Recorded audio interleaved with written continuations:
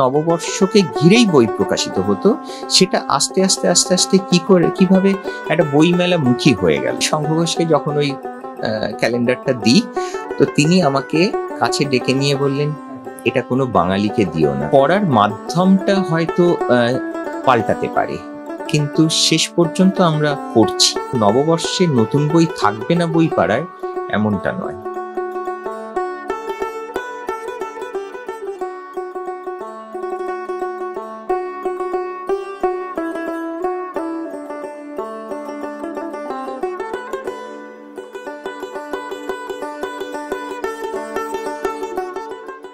চার দশকের ওপর হয়ে গেল, প্রায় 4.5 দশক এই বই পাড়ায় নববর্ষ উদযাপিত হতে দেখছি। অনেকটা ওই সাদা কালো ছবি থেকে রঙিন ছবিতে আসা যেরকম আর কি, আমার স্মৃতিটাও ওই রকম আর কি। সেটা একটা সময় যখন বই পাড়ার প্রথম দিকে যখন নববর্ষে আসতাম, নববর্ষের আগের দিনটাই ছিল ভীষণ মজার দিন। এবং সেখানে বিশেষ করে এই কারণেই মজাটা, সেটা হচ্ছে যে কলেজ স্কোয়ার যে চারপাশটা, ওই গোলদিঘির চারপাশটাকে ঘিরে চড়কের মেলা বসতো। হ্যাঁ, এখনো হয়, কিন্তু সেটাও খুব ছোট হয়ে গেছে। এই চড়কের মেলা থেকেই লক্ষ্মী গণেশ কেনা, আরো অন্যান্য নানান রকমের মাটির জিনিস, এমনি খেলনা, এগুলো ছোটবেলায় কিনতাম মায়ের সঙ্গে গিয়ে। আর একটা যেটা মজার ব্যাপার ছিল, সেটা হচ্ছে আমাদের দোকানের মধ্যে বসেই, মানে পরের দিন যারা বই কিনতে আসবেন তাদের জন্য মিষ্টি প্যাকেট তৈরি করা। ওই প্যাকেটের যে ভাঁজগুলো থাকে, সেই ভাঁজগুলোকে নতুন করে ভেজে সেটাকে লাগিয়ে যে মানে একটা বাক্স তৈরি করা। কিভাবে একটা বাক্স তৈরি হতো সেই সময়ই দেখতাম আর কি। আর একজন বসে থাকতেন, যিনি ওই মিষ্টিগুলো, তার সামনে সমস্ত কিছু সাজানো আছে, একটা একটা করে সেগুলোকে তুলে বাক্সের মধ্যে ঢুকিয়ে তাকে গার্ডার লাগিয়ে সেটাকে রাখা। পরের দিনে যারা বই কিনতে আসতেন, যে পাঠক পাঠিকা যারা আসতেন, তাদেরকে ওই মিষ্টির প্যাকেট দেওয়া হতো। তো এই জায়গায় থেকে আমার পয়লা বৈশাখ দেখা, এবং দেখা কাদেরকে দেখেছি সমরেশ বসুকে আসতে। এবং আমাকে বাবা একটা ছোট অটোগ্রাফ খাতা কিনে দিতেন, প্রত্যেক বছরই কিনে দিতেন। সেই অটোগ্রাফ খাতাটা বাড়িয়ে দিতাম লেখকের দিকে, যিনি সই করে দিতেন। সেই তালিকায় আছেন সমরেশ বসু, আশুতোষ মুখোপাধ্যায়, এরকম বহু মানুষ। বুদ্ধদেব গুহা আসতেন, গান শোনাতেন। নানান স্মৃতি তো অবশ্যই। মানে আমাদের এই নববর্ষ, আমাদের প্রতিষ্ঠানের প্রায় 50 বছর অতিক্রান্ত হয়ে গেছে। তো সেই 50 বছরের একটা খাতা আছে, যে খাতায় বহু মানুষের সই আছে, নানান রকমের মন্তব্য আছে। সেখানে কখনো শক্তি চট্টোপাধ্যায় এসে লিখছেন, কখনো প্রতিভা বসু লিখেছেন, কখনো নবনীতা দেবসেন লিখেছেন। এরকম বহু মানুষের স্মৃতি সেই খাতা জড়িয়ে আছে।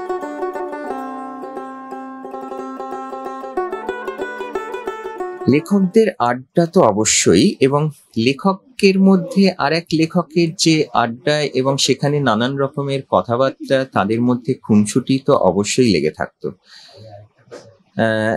আমার মনে আছে যে আমাদের এই নববর্ষকে ঘিরে গত প্রায় 12 বছর ধরে একটা ক্যালেন্ডার তৈরি হয়ে আসে।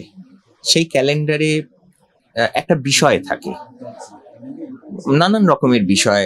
আমরা যে বছর প্রথম বছর করি, সেই বছরে বিবেকানন্দের 150 বছর ছিল। সেই 150 বছরে আমরা বিবেকানন্দের 150 বছর, বিভিন্ন বইয়ের শতবর্ষ, যে সময় ওই 2013 সালে যা যা ছিল আর কি, সেগুলোকে রেখে তার সম্পর্কে দিয়ে আমরা একদিকে ক্যালেন্ডারের পাতা আর একদিকে ওই লেখাগুলোকে দিয়ে আমরা সাজাতাম।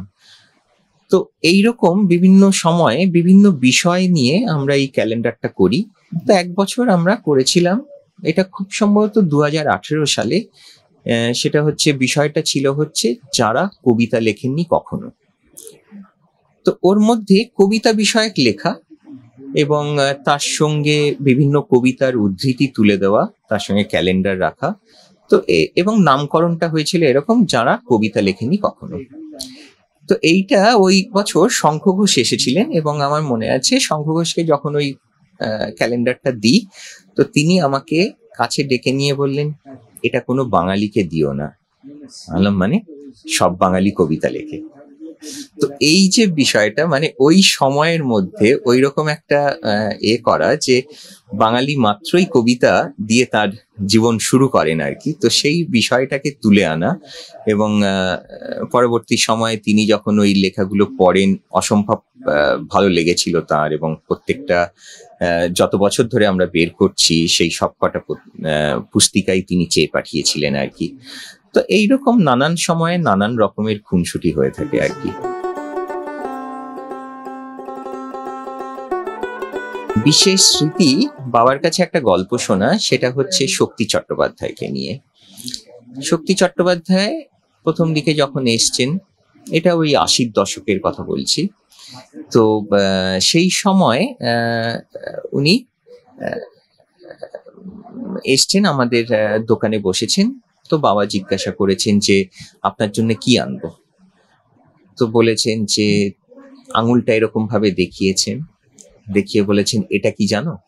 বাবা বলেছেন, না। এটা কি? এটা হচ্ছে থামস আপ।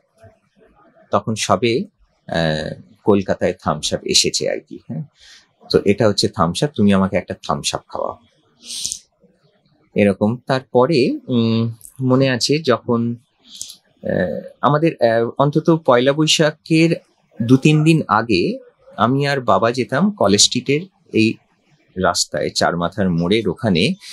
এখানটায় সমস্ত যে নানান জায়গা থেকে যে সমস্ত ডাব এখানে এসে সমস্ত জড়ো হতো এই কলেজ স্ট্রিট পাড়ায়, সেই সমস্ত ডাব নামে, এবং সেটা বিভিন্ন জায়গায় ওটা ডিস্ট্রিবিউট হয়। এই ডাবগুলো নামে হচ্ছে প্রায় ওই 2-2:30 দিকে রাত্রির। তো সেই সময় আমি আর বাবা যেতাম, গিয়ে সেই ওখান থেকে ডাব বাছাই করতাম, বাছাই করে প্রায় 1000 খানেক ডাব আমরা নববর্ষের অন্তত 2-3 দিন আগে সেটা আমাদের এখানে নিয়ে আসতাম।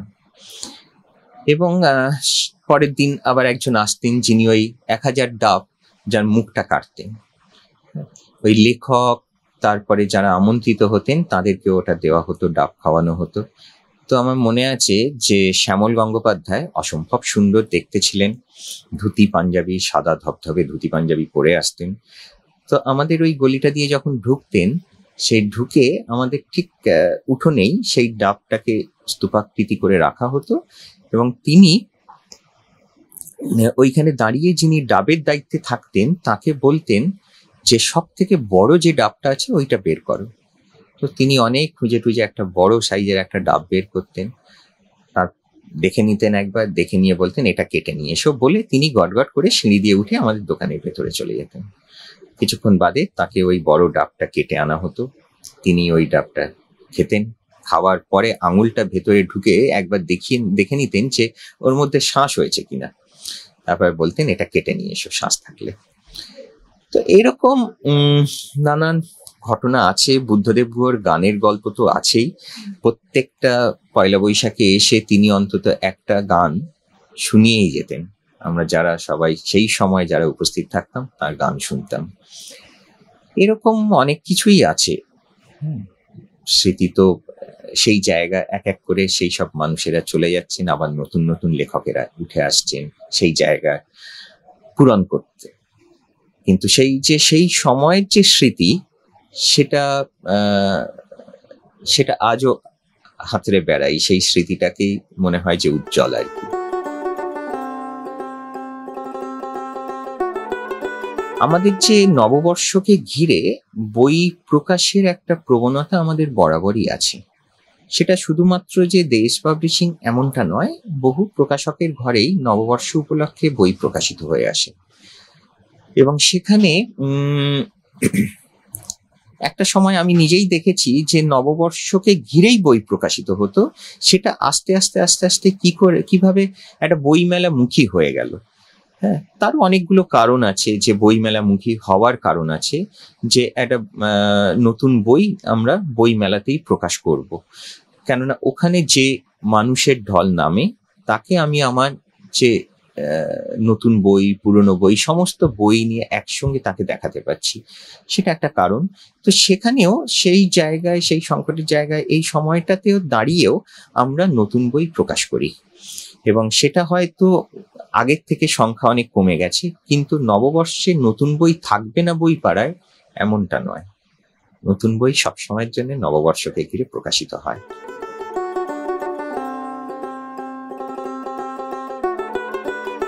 দেখুন, যখন প্রথম রেডিও এলো, তাহলে বোধহয় বই আর কেউ পড়বে না, সবাই রেডিও শুনবে। তারপরে যখন টিভি এলো, সবাই বলতে থাকলো যে সবাই ওই বোকা বাক্সের দিকেই তাকিয়ে থাকবে, কেউ আর বই পড়বে না। তারপর এখন তো মোবাইল এসছে, ল্যাপটপ এসছে, কিন্ডেলে আমরা বই পড়তে পারি। সবকিছু থাকা সত্ত্বেও আমরা বই পড়ছি, হ্যাঁ, এবং বই পড়ছি, বই নিয়ে আলোচনা করছি। আর এটা আমার মনে হয় যে যারা বই পড়ার, তারা বই পড়বেন, সেটা যে মাধ্যমেই পড়ুন না কেন, সেটা হাতে বই নিয়ে পড়ুন, সেটা ল্যাপটপে তিনি কিন্ডেলেই পড়ুন, বা ল্যাপটপেই পড়ুন, বা ফোনেই পড়ুন, বইটা তো পড়ছে। তিনি যদি এখন একটা গল্প যদি তিনি মনে করেন যে আমি এটা শুনবো, তাও তো একটা গল্প তিনি শোনার মধ্যে দিয়েই আছেন, গল্প শুনছেন, অন্য কিছু শুনছেন না, অন্য কিছু দেখছেন না। তো পড়ার মাধ্যমটা হয়তো পাল্টাতে পারে, কিন্তু শেষ পর্যন্ত আমরা পড়ছি। তো এটা আসলে আমাদের দোষ নয়, এটা আমাদের আগের যারা জেনারেশন, তার আগের যারা জেনারেশন, তারা পরের জেনারেশনকে দায়ী করতো যে ওরা কেউ বই পড়ছে না। আমাদের আগের জেনারেশন আমাদেরকে দায়ী করেছে যে আমরা কেউ বই পড়ি না। আমরা আবার আমাদের পরের জেনারেশনকে দায়ী করি যে তারা কেউ বই পড়ছে না। এটা সব সময় ওই আমরা মনে করি যে পরের প্রজন্মটা অবক্ষয়ের দিকে চলে যাচ্ছে, হ্যাঁ, কিন্তু সেটা নয়। আমরা তার মধ্যে থেকেও যে যেটা পছন্দ, তার পছন্দের জিনিসটাকে খুঁজে তুলে আনি।